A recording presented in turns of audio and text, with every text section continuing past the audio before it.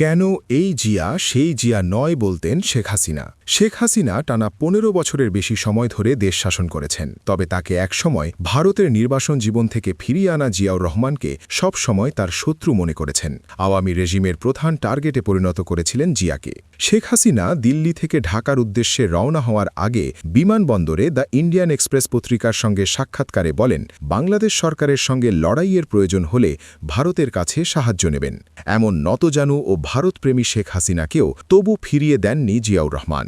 দেশে এসে রাজনীতির সুযোগ পেয়েই শেখ হাসিনা তৎকালীন জিয়া সরকারের বিরুদ্ধে ক্রমাগত বিদ্বেষপূর্ণ বক্তব্য প্রচার করে গেছেন। ২৯ মে ১৯৮১ সালে সিলেটের এক জনসভায় শেখ হাসিনা বলেন, বাকশাল কর্মসূচি ও দ্বিতীয় বিপ্লব বাস্তবায়নের জন্য তিনি তার জীবন উৎসর্গ করবেন। ছোট ছোট এমন বিদ্বেষপূর্ণ আচরণের মাধ্যমে হাসিনা জিয়ার প্রতি ক্রোধ প্রকাশ করেছেন সব সময়। দেশে ফিরে জিয়ার জনপ্রিয়তা দেখে তিনি দলীয় নেতাকর্মীদের নির্দেশ দিয়েছিলেন, সবাই যেন সব সময় বলেন, এই জিয়া সেই জিয়া নয়। এর মানে হল ৭১-এর স্বাধীনতার ঘোষক জিয়া এবং তখনকার প্রেসিডেন্ট জিয়া এক নয়।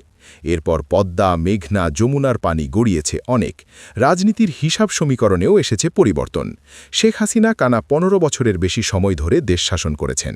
এছাড়া বিভিন্ন সময় জিয়াকে নিয়ে কাটুক্তি করে বলতেন, জিয়া ছিল ম্যাট্রিক পাস।